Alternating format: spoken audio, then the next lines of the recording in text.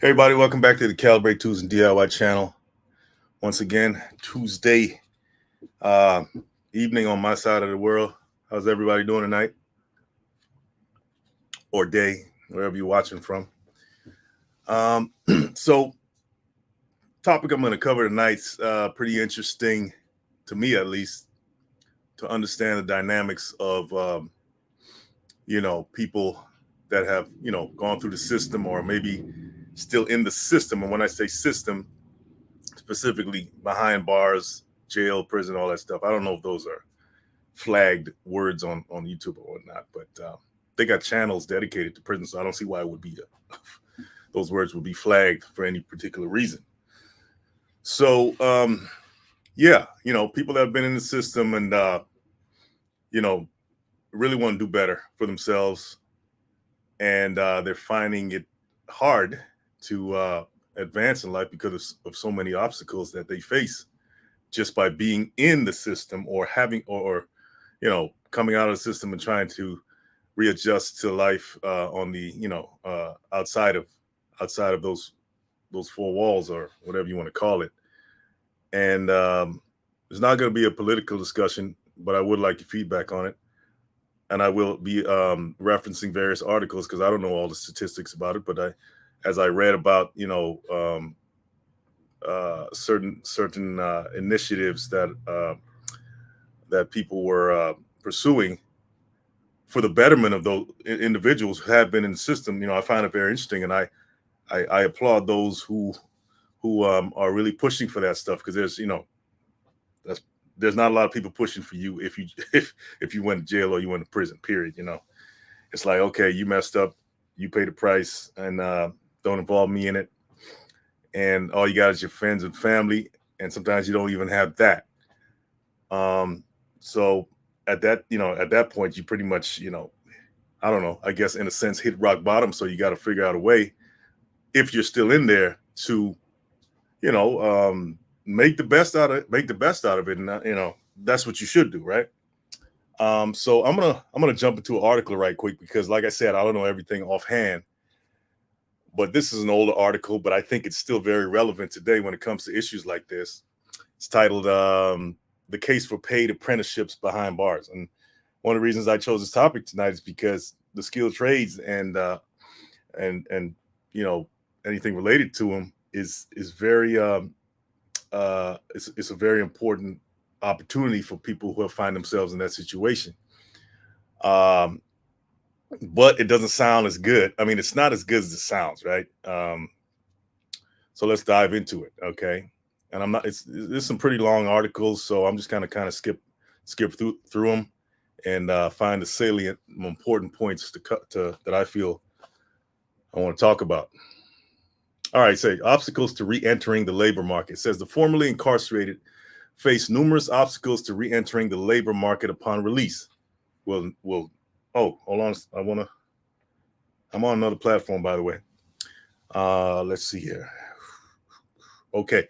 Yeah, it says the formerly incarcerated face numerous obstacles to re-entering the labor market upon release. Lower levels of educational attainment is one of them, meaning that you know a lot of the population of people that have gone to jail, prison, or whatever. Some of them haven't even graduated high school, and so it's everything is connected. The whole prison to pipeline thing. A lot of them are gone long before they even graduate, right? So that's what that means. Lower level of educational attainment. They don't have any, you know, post educational degrees or certificates or licenses or anything like that that would help them as in the world, as far as employment, as far as just having a skill under their belt with paperwork behind it to prove it. The stigma of incarceration, of course, yeah, that is a stigma. Lack of employment history or long periods of unemployment. These are obstacles I'm listing, okay, that they face, and the criminal record all increase the prospect of unemployment. Well, no, you know what, Sherlock, of course. Um, Certain populations, such as people of color, the politically correct term, and those with disabilities, believe it or not, are disproportionately affected by mass incarceration. African Americans, for example, represent 13% of the national population, while representing a startling 35% of the incarcerated population. That's a whole other conversation. Okay. Additionally, although women make up a small share of the incarcerated, African American women are overrepresented. Another, uh, you know, point that sticks out there, making up 21% of incarcerated women, but only 13% of women nationwide. Disproportionate numbers, right there, guys. Decades of policies promoting mass incarceration having disproportionately ensnared, okay, these groups in the criminal justice system. So, ensnared is a fancy word for saying trapped, right? It's a trap, right? Yeah. So, you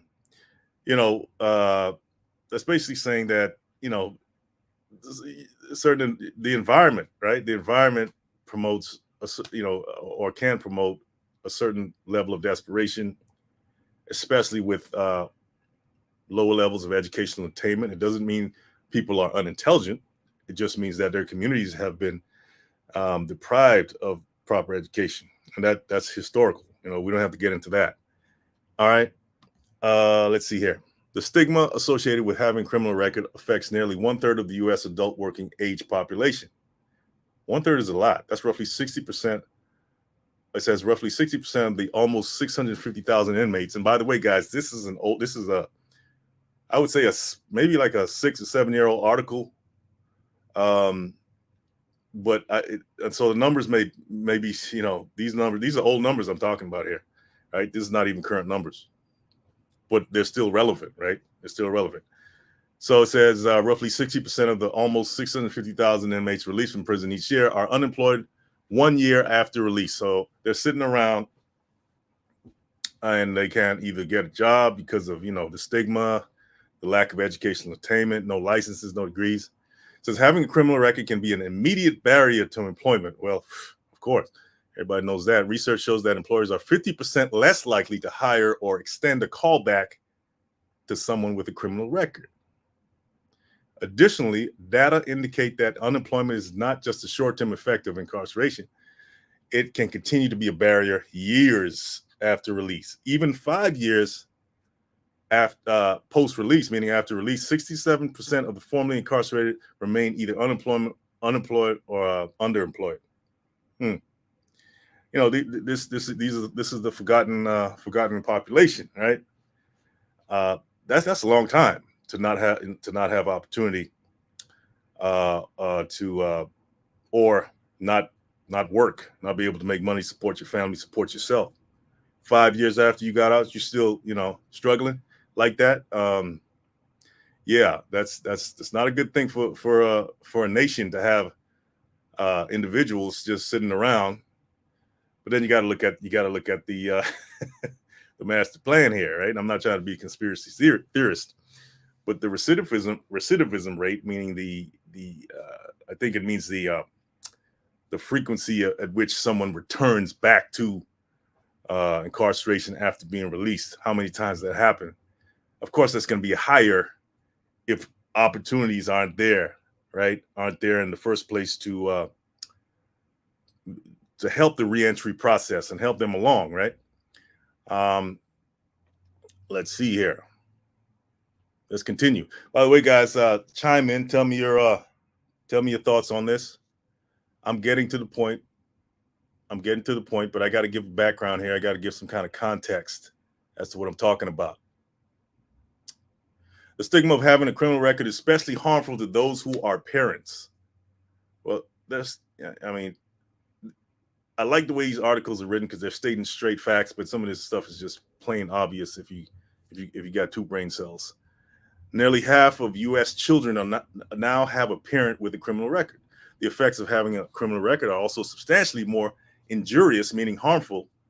Okay, that's just a big word for harmful, for African Americans. Okay, who are 50% less likely to receive a callback or job offer than someone with a criminal record who is white. Yeah. Okay. So if that African American is, may have, somehow beat the odds and gotten the licenses and gotten the education, may even have degrees that they've earned. If they get out, they will be less likely to receive a callback if they're looking for a job or anything like that. that speaks to a larger problem in the world and society, especially in this society, as to who gets what and preferential treatment and privilege. Okay. There is a clear need for policies and programs that inmates gain employment post-release. Yeah, research indicates that meaningful employment soon after release is key to former inmates' long-term success. People need to come out and be doing something, right? An idle mind is the devil's workshop, as they say. So when you get out of these institutions, I mean, you better jump into something quick. I don't care. I mean, something that's some kind of gainful employment, right? Especially if you've been conditioned to live a certain lifestyle, a certain life that got you in there in the first place. It's a lot easier to jump back in to that lifestyle and end up in that cycle over and over again. Yeah, we see that happen all the time. Stick with me, guys. This, all right, here we go. A 2008 Urban Institute study examining employment outcomes for the formerly incarcerated found that employment post-release decreases the likelihood of recidivism, meaning, like I said, the frequency that you return to incarcerated state. That's what recidivism means. Okay, particularly if it is secured shortly after release and is well paying. Yeah, I mean, if you're getting paid a good, you're less likely to return if you're getting what you need on the outside, right? Meaning monetary compensation. Yeah. If you're not, I mean, people got to eat, right? So the cycle continues. The study found that the higher the wages earned by formerly incarcerated individuals 2 months post-release, okay, 2 months after, the less likely it was that those individuals will return to prison 8 to 10 months after release. For example, individuals who made more than $10 an hour were 50% less likely to return to prison than those making less than $7 an hour. That's just a $3 difference. But that $3, you see the impact just $3 has, right? I mean, pay people a living wage. But hey, unfortunately, in this society, if you go in, you're not really you're not, you're on a lower level of, you're on the lower rungs of what society deems you to be in terms of a value. And so they're going to pay you, what they think you deserve, which is, unfortunately, that's the case. All right, guys, let me check chat. I've been reading a lot. Hey, Bird Girl Life Notes. Yeah, the truth does hurt. Thanks for coming on in and representing. Yeah, truth hurts, but this is some harsh truths that we need to look at as a society. Everything's about politics. This side, that side, who's against. At the end of the day, none of that matters if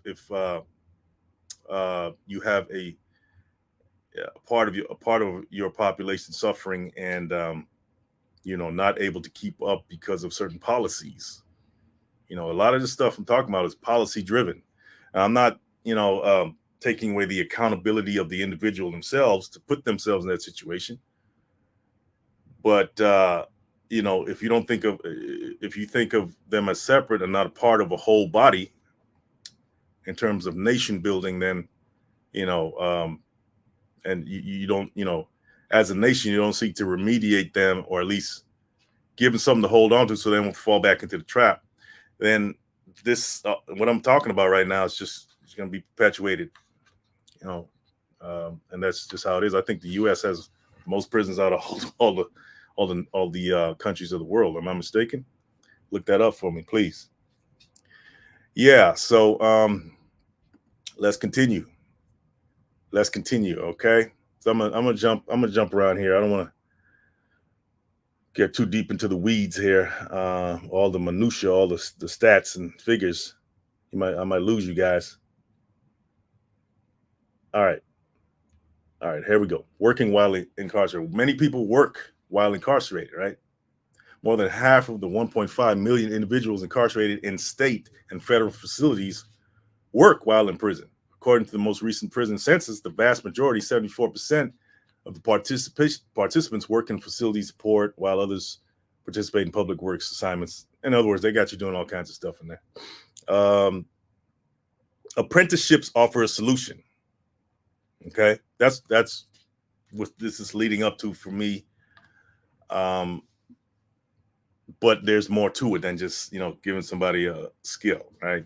I mean, at some a lot of people are doing many years in these institutions, right? These privately run institutions.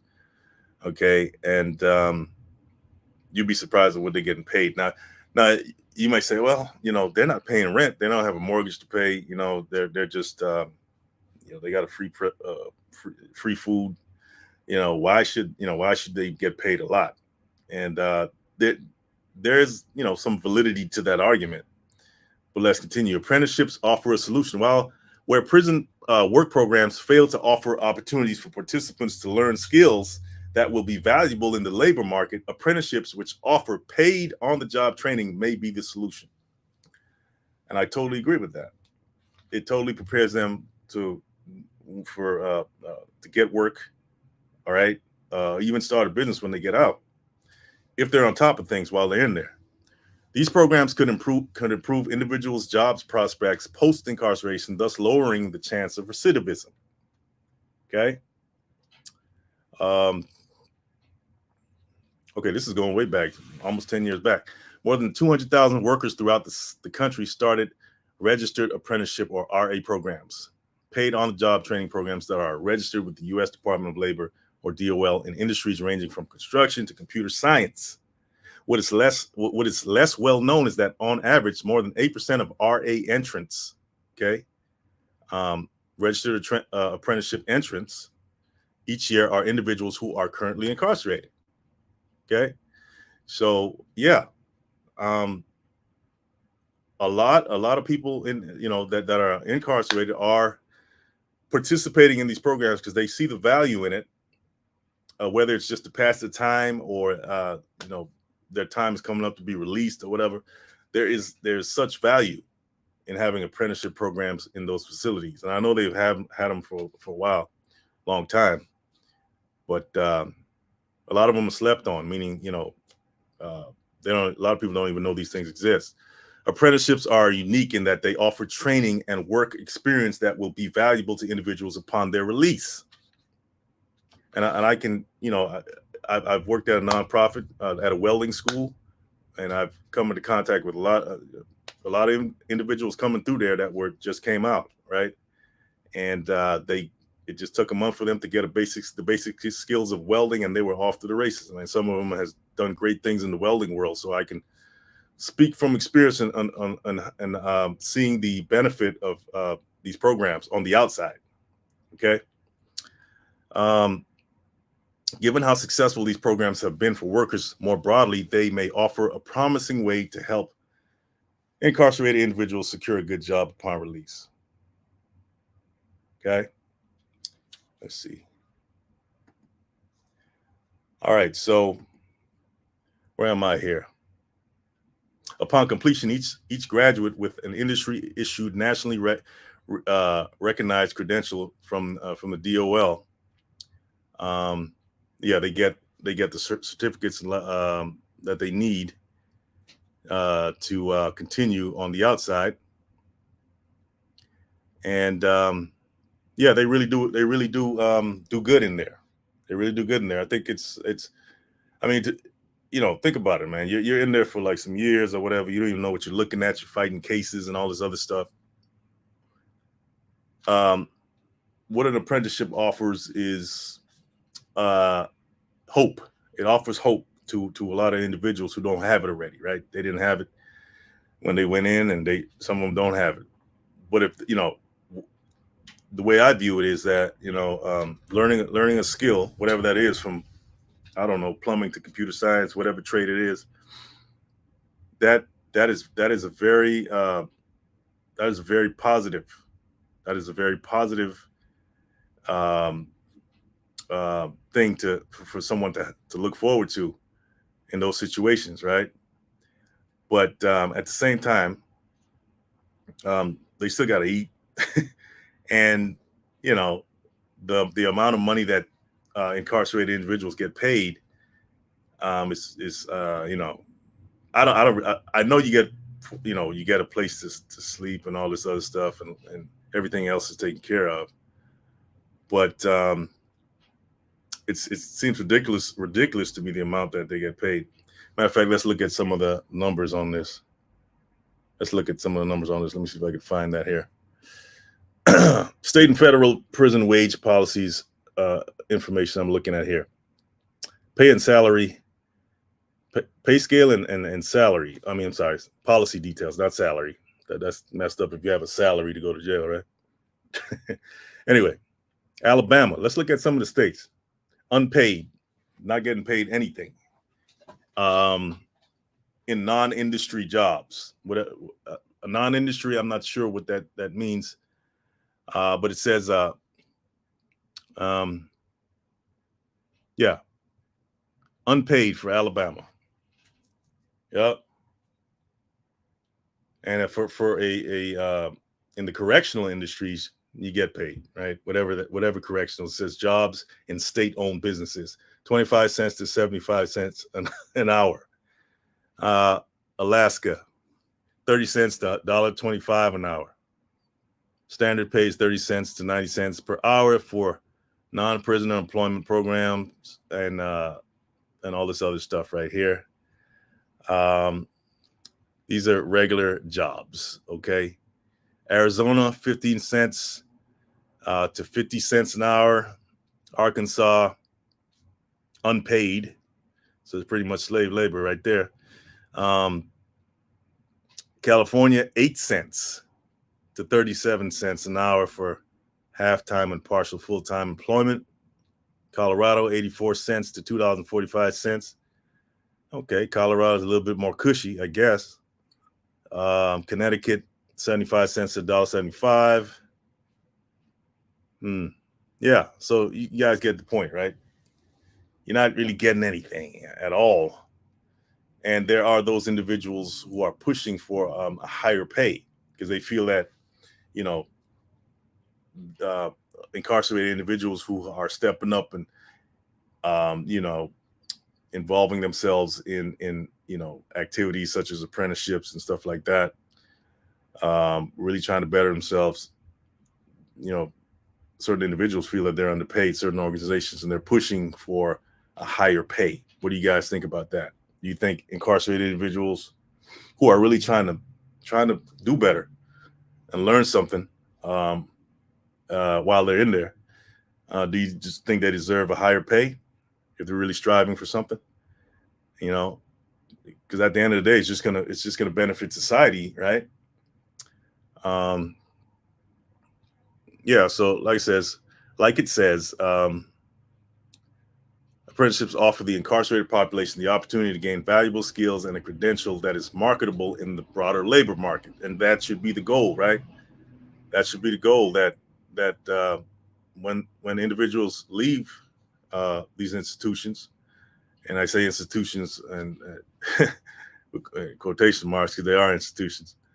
Um, you know, the whole purpose is for them to be of a benefit to society and be rehabilitated.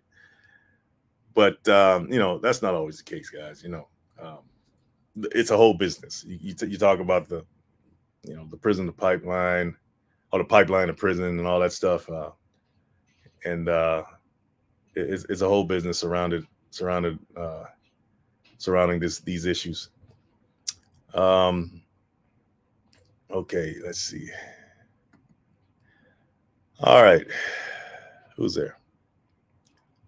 Perry Girl Life knows hope can push you to a new way of life. That's right, Perry Girl Life knows. Reno, how you doing, my man? A blessed evening to everyone. Yes, Reno. Blessed evening to you as well. Dano's Seasoning, across the street from Popeyes at Ralph's. My boy, you know, off Sentinella. Hey, what's going on, my man? Glad you can make it. Perry Girl Life says some of the certificates are not honored, and reentry slaps the person in the face with starting over and not able to get financial aid funds. That's absolutely right, and I'm gonna touch on that in a minute.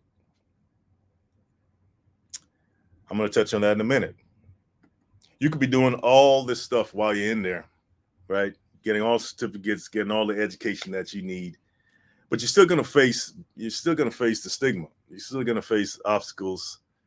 You could even have a degree, right? I mean, you're still gonna face obstacles. That's just the way society views individuals who have been incarcerated, right? That shouldn't stop you, though.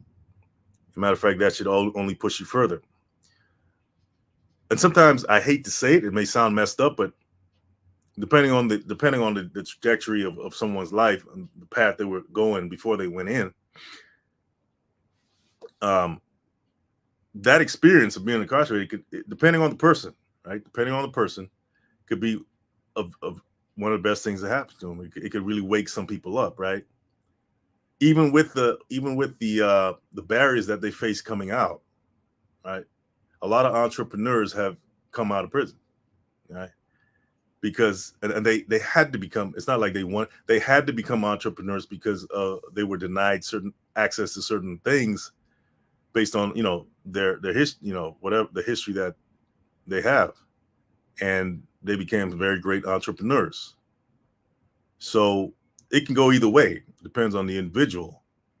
So um, and yeah. But what do you guys think? Do you guys think those who really are trying to do something, and I guess the way you can tell they're trying to do something is that they're in their learning and involving themselves in educational programs that are offered there, and they're really trying to make the best of it. Now, just because you're learning something, right? Learning a skill in there doesn't mean you've changed internally or whatever you did to get you in there, right? But how is anybody to judge that, right? We don't know someone. We can't look inside someone's soul and say, yeah, they've changed or not, right? But if they're making tangible efforts, right? Tangible efforts that anyone can see with their own eyes, that they're not hanging out in their cell or on the yard, kicking it. They're in classes, right? They're signing up for classes. They're trying to learn in the library. There's really, they're trying to really make something of themselves or better their situation. Um, and they're working on apprenticeship jobs and they're getting paid pennies pretty much. Um, should they get paid more? I don't know. Um, I kind of lean toward the side of them getting compensated for their efforts, and I guess it could be a case by case basis, kind of like in a job where you get raises and stuff like that. But as a blanket, you know, a rate hike, what I'm saying, wage, it could be that too, raising the wages of just the policy itself, a wage hike policy for everybody, right? That may motivate those who are not inclined to involve themselves in courses and educational programs to want to get involved because they see, hey, if I get this apprenticeship program, I can help take care of my family, send whatever little that I make to help my family, help my children out on the outside, and that may be a stimulus for that, right? Okay.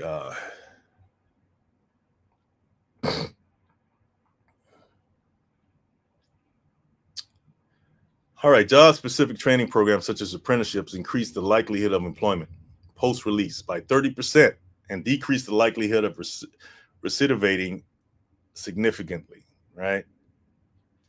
Um, the Indiana DOC, Department of Corrections, found that those participating in their prison apprenticeship programs were almost 30% less likely to return to prison within 3 years of release than those who did not participate in programs. Kind of like what I was saying, right? People need incentives. They need, and if you got to pay them a little more to want to better their life and have something to, uh, something tangible to leave with that they can leverage in some way, some form of fashion, learning a trade or something like that. That's the best things you can do if you're, in that situation. So yeah, the numbers don't lie, right? The numbers don't lie. But like I said, it's not always that cut and dry. You will face obstacles when you get out there. And And that's the case of this individual who I'm going to talk about right now. Where is he? Um, Inmates who learn trades are often blocked from jobs. Okay, this is another article. Mike Grennan, this is from NBC News, some article back in 2018 or something like that. A former convict who's getting by piecing together small construction job gigs in his state says he paid his debt to society, but when it comes to getting an occupational license to be a home building contractor, he just can't outrun his criminal past. That's because his state, and I'm not naming the state, like 24 other states, has laws on the books that prevent ex-felons from like Grennan, this guy, from getting the professional licenses that they need to work in a variety of blue-collar trades, including cutting hair, welding, doing makeup. Man, you can't even do makeup, ladies, or some men, I guess, if you're a felon. You can't even get a license to do that. I don't. Anyway, what's the connection there? And cosmetics, construction, and more. Quote, it really frustrates me. I have a really good work ethic and I paid my debt to society, says Grennan, 46, who has been in and out of state prison for chunks of his adult life due to a series of convictions he said stemmed from an addiction to heroin. Now, a growing number of states are trying to bring down the barriers convicts face in re-entering the workforce. Okay? Because sometimes you got to question why, when it gets to a level where states have to make moves, why is that? Could it be that it's costing the country, the state, the city? I'm sure the accountants in these areas could tell that it costs more to deny someone an opportunity, right? In this case, by not giving them the license they need to go out there and work and make an honest living. It costs the state, country more to deny them that than to give them that, right? Give them that opportunity, give them that license. All right. So, okay. So it says a growing number of states are trying to bring down the barriers. Okay. And that includes a new raft of laws in recent months that have drawn bipartisan support and are aimed at making it easier for ex-cons to get occupational licenses in fields from which they were formerly barred because of their criminal past. Yeah. I mean, just think about it. You got these people sitting on both sides of the aisle in Congress saying, okay, I don't think those people should have licenses to do these jobs. It's hurting the economy. You already got a shortage of skilled trade workers. Skilled tradesmen, right? I've talked about that ad nauseum here on this channel. But you want to deny them that? I mean, I guess our prison profits more important than bettering society, right? Or so yeah, you just got to ask yourself. So yeah, so you got obviously you got people looking into it, trying to change the laws. You're always going to have forward-thinking individuals wanting to make change and fighting the status quo. And unfortunately, the status quo doesn't serve everybody. More than 70 million Americans with prior criminal records are facing similar barriers to re-entering the workforce, where 25% of all jobs require an occupational professional license. Okay. Yeah. All right. Let's see. Where am I? Reno says, I think that there are a lot of intelligent and sincere individuals in the prison system. Absolutely. Absolutely. Reno says, however, in my opinion, they should be granted better wages. But instead of creating employment, create deployment. I like that, Reno. I think paying them more would enhance their morale and foster independence. I'm going to pin that. For sure, Reno. Absolutely. That pretty much sums up what my whole thoughts on it. My whole thoughts on the issue. because you can't deny that this is you can't deny that this is an issue out here. As we go about our day in what we call the free world, there's, you know, because of someone decisions that someone's made, there's a whole poor population dealing with these issues. So I do think people need incentives to do better, and people that are incarcerated shouldn't be denied, right? They shouldn't be denied because it just takes one wrong move. It just takes one wrong move for you or I to be in there. That's why they say, you deny one group, you're next, right? Burger Life Note says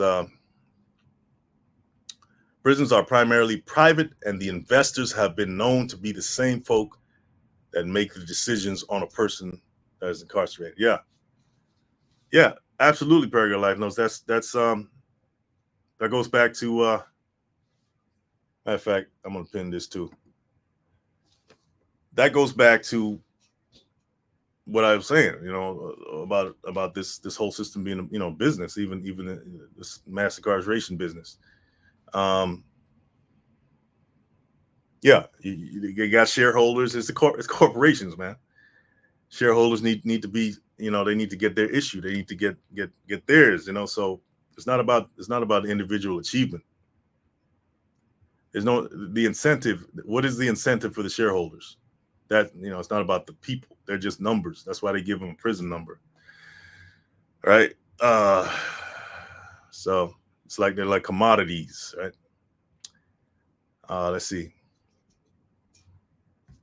Reno says in California alone, almost 133,000 annually to house one individual. Wow, that's crazy. Never looked at that stat, but and who's paying that? I mean, who's paying? It's coming out of, it's coming out of our pockets, right?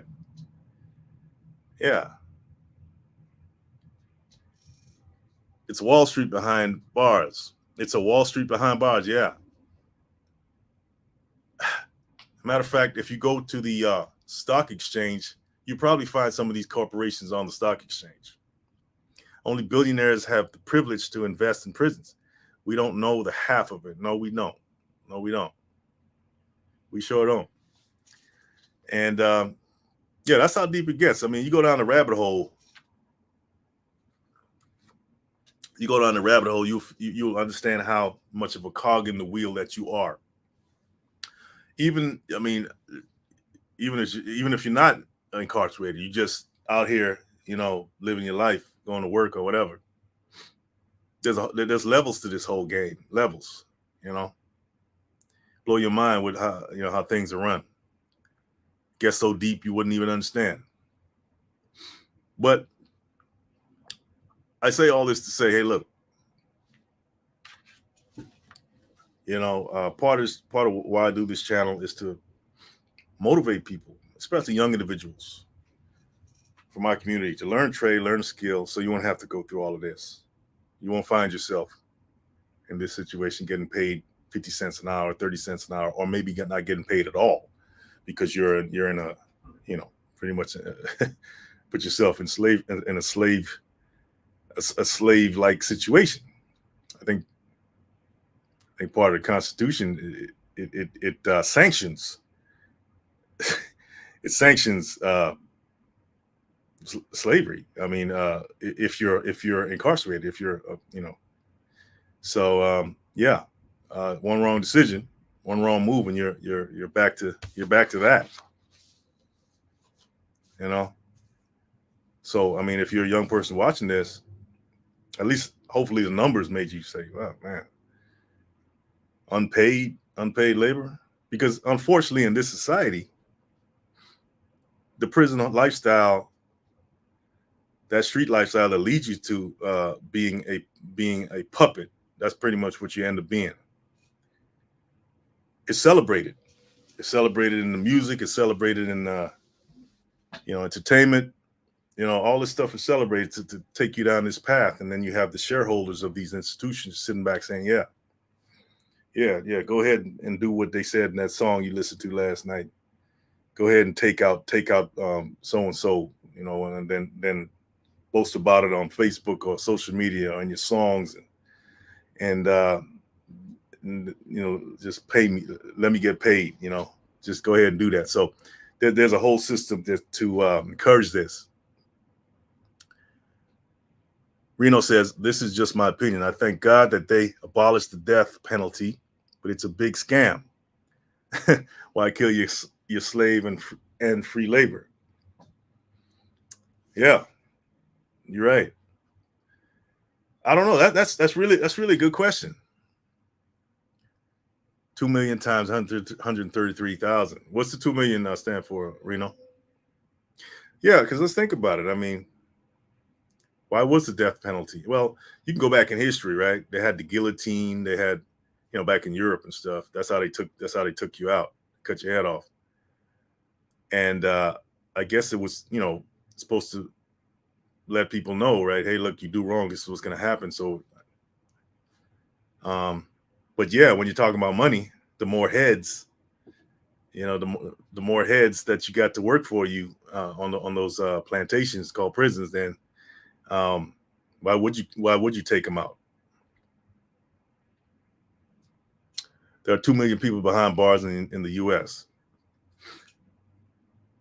Yeah, it's a lot. 133,000 bucks, a head. It's crazy. So yeah, I mean, apprenticeships are a great way to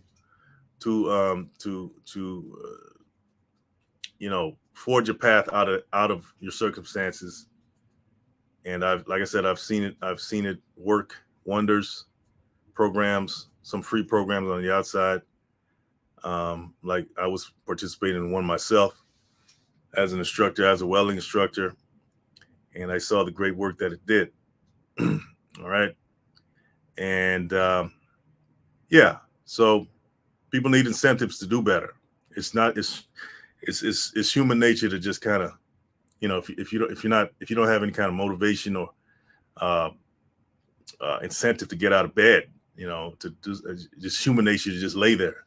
you know I mean, I got out of bed because I have goals. I have goals that I'm working on accomplishing. Other, why would you? So why would anyone get up and go to work, or get up and work that business, whatever? Why would? Because you have a vision. But if people don't have a vision, and you're treating them like animals, and hey, I'm not saying that some people aren't like the lowest of the low. I'm not saying that at all. But the vast majority of the individuals that are incarcerated are not. I don't think are animals. They just made some bad choices. They came up in a certain environment that facilitated them going there, and and so um, a lot of them are trying to do well in their while they're in there, right? And I think they should be, they shouldn't be denied higher wages, just because they made a mistake. I mean, some of them are not getting out, so why not make their life a little more comfortable, and their family's life, so they can feel worthy. But anyway, guys, I appreciate you guys coming on, hearing me out tonight. Let's not forget the people that are behind bars. It could be your family member. I'm sure a lot of us are. If you haven't been there yourself, you understand the situation, and let's not forget them. A lot of times they go in, and people just forget them. They just like, oh, they're people too, and they got, you know, they got feelings, and you know. So anyway, guys, I appreciate you. Reno says, I truly appreciate the topic. Awesome choice. You guys have a blessed night. I have a full day tomorrow, and it's super hot here. Yeah, hey, man. You stay safe out there, Reno, man. I appreciate you coming on out here. Perry says, more businesses will need to partner with re-entry programs. Yeah, re-entry programs are much needed. When I worked as an instructor, well instructor, it was very rewarding for me to help individuals, at least be a part of their journey, right, into a better life if they so chose, and a lot of them did, right. Um, I saw what it did for them to feel worthy, because a lot of them didn't feel, they got no support at all from their own family. The world's not going to give you any support, but when your own family doesn't give it to you, that's, you know. So anyway, guys, appreciate you coming on, and I'll catch you guys in the next one.